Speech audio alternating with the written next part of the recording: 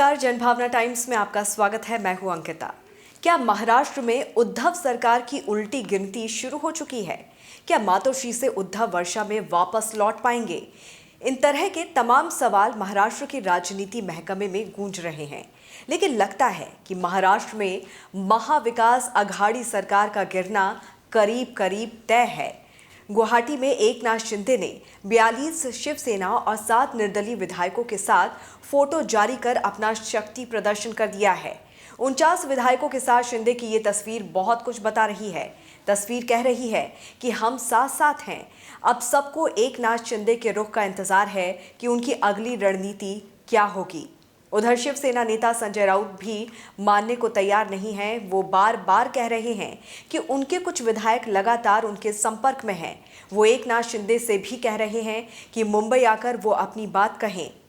संजय राउत ने इतना तक कह दिया कि हम एनसीपी और कांग्रेस से गठबंधन तोड़ने के लिए तैयार हैं, बस शिंदे मुंबई आकर उद्धव से बात करें।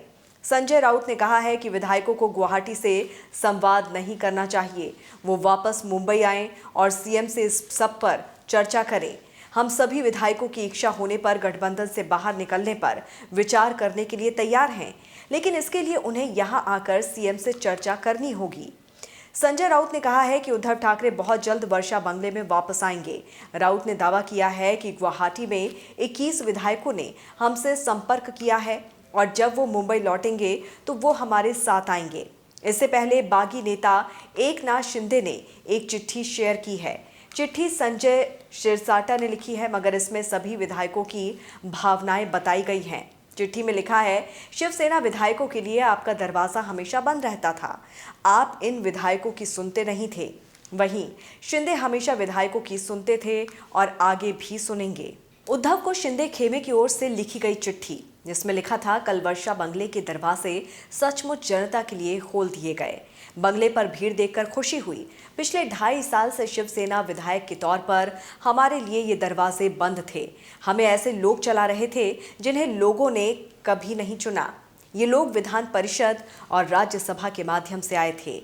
शिवसेना के बागी विधायक संजय शिरसाट ने मुख्यमंत्री उद्धव ठाकरे को पत्र लिखकर दावा किया कि शिवसेना विधायक 2.5 साल से अपमान का सामना कर रहे थे, जिसके चलते मंत्री एकनाथ शिंदे ने पार्टी नेतृत्व के खिलाफ जाने का कदम उठाया।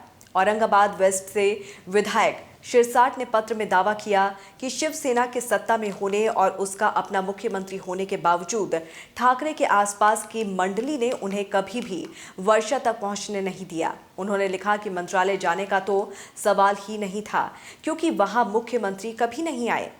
पत्र में शिरसाट ने कहा कि एकनाथ शिंदे ने पार्टी के विधायकों की शिकायतें, उनके निर्वाचन क्षेत्रों में विकास कार्यों और निधि से जुड़े मामलों के बारे में उनकी बात सुनी, साथ ही सहयोगी कांग्रेस और एनसीपी के साथ उनकी समस्याओं को भी सुना। उन्होंने दावा किया कि शिवसेना के विधायकों की मुख्यमंत्री तक पहुंच नहीं थी, जबकि पार्टी की असली विरोधी होने के बावजूद कांग्रेस और एनसीपी को पूरी तवज्जो दी जा रही थी। शिरसाट ने यह भी लिखा कि पार्टी के विधायकों को महाराष्ट्र के कैबिनेट मंत्री और उद्धव ठाकरे के बेटे आदित्य ठाकरे के साथ अयोध्या जाने की अनुमति नहीं थी।